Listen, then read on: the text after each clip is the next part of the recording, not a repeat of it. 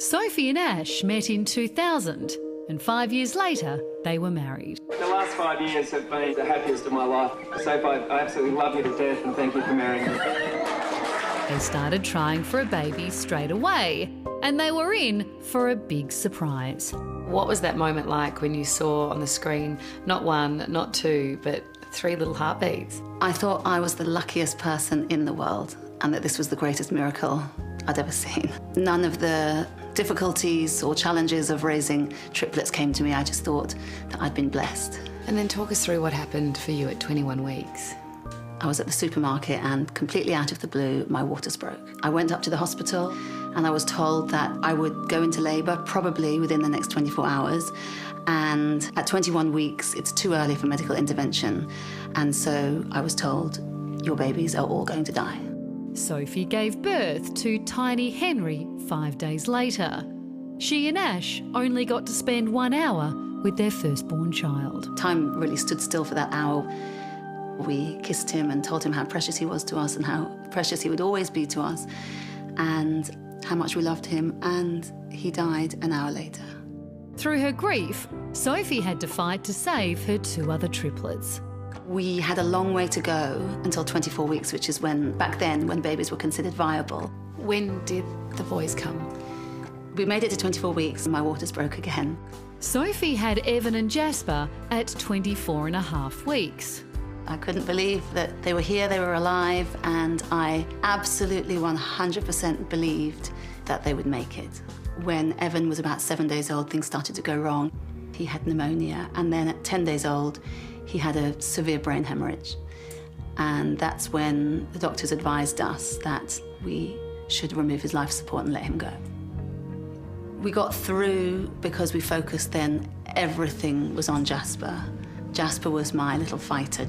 He suffered from repeated lung collapses, but each time he fought on, and I just believed that these would be long, distant memories one day, and when he was grown up, I could tell him about those moments. But when he was 58 days old, his lungs collapsed again, and we were called into the hospital, and nothing more could be done.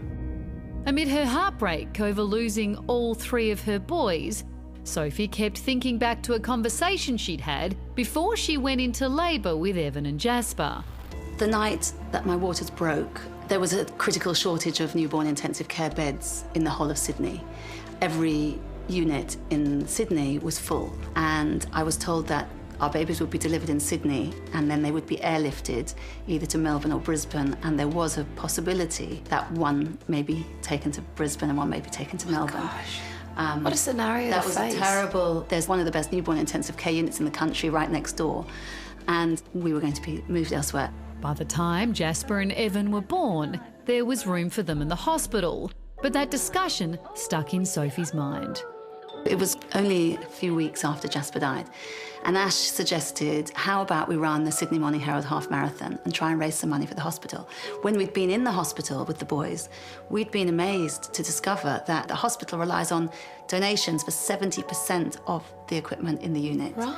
So we decided we would raise $20,000 and we would provide 1 humidity crib for the hospital in memory of Henry, Jasper and Evan. And how many humidity cribs have you supplied now? How much have you raised now? Well, we've now raised $2.5 million.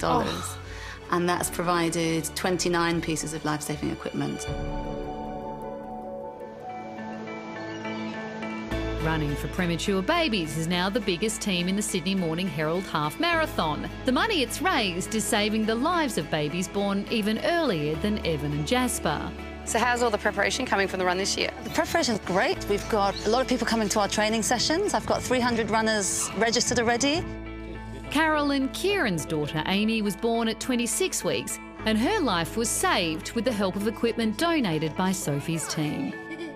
We were told 1 in 5 chance at that stage, but also even if she did survive, they were uncertain whether she would have any long-term complications. Amy's now 7 and thriving. Sophie's story is phenomenal, to go through everything she did with the triplets and then to come out and look for a way to make things better for other parents.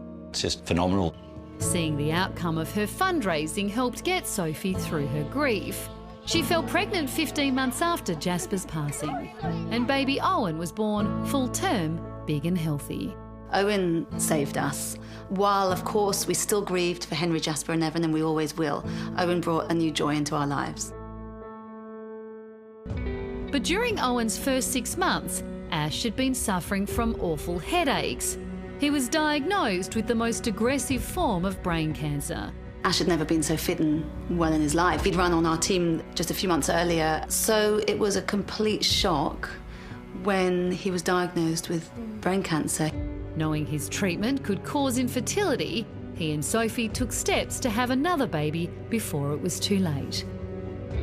How was it for you when you realised you were pregnant with Harvey? By that stage, Ash had completed his chemotherapy. He ran the half marathon that year again. Oh my He ran the half marathon with our team. And by the time Harvey was born, Ash was in remission. So Harvey's arrival was a double blessing. That must have been a blissful period of time. How long did you get that for? It was amazing. We had 5 years. I knew at the back of my mind that Ash's cancer was going to come back one day. We just didn't know when. When did you find out that Ash's tumour had come back? Owen had just started primary school, which was an amazing moment, etched in my mind. How much time did Ash have then before he passed away? So Ash ended up having probably 3 more surgeries over the next 2 years. Each time he would bounce back a little less well than before.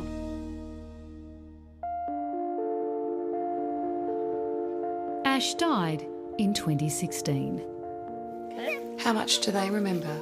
Oh, they remember a lot, thankfully, yes. They talk about Ash all the time. Flowers are looking pretty good in the sunshine, aren't they? Little Harvey often talks about Ash in the present tense still, which is really lovely. Did you find when you lost Ash that the grief you'd experienced with your boys as well, it all came back? As soon as he died, I felt there was like a physical knot in my stomach, which I found hard to rid myself of. I found it hard to eat, I found it hard to sleep. But again, the thing that saved me was the team and the running. What are you hoping your boys learn from watching their mum, the powerhouse that you are, just conquer the world? I really want to show them, through the way I have faced the death of the triplets and then of Ash, that there is always hope, even in tragedy.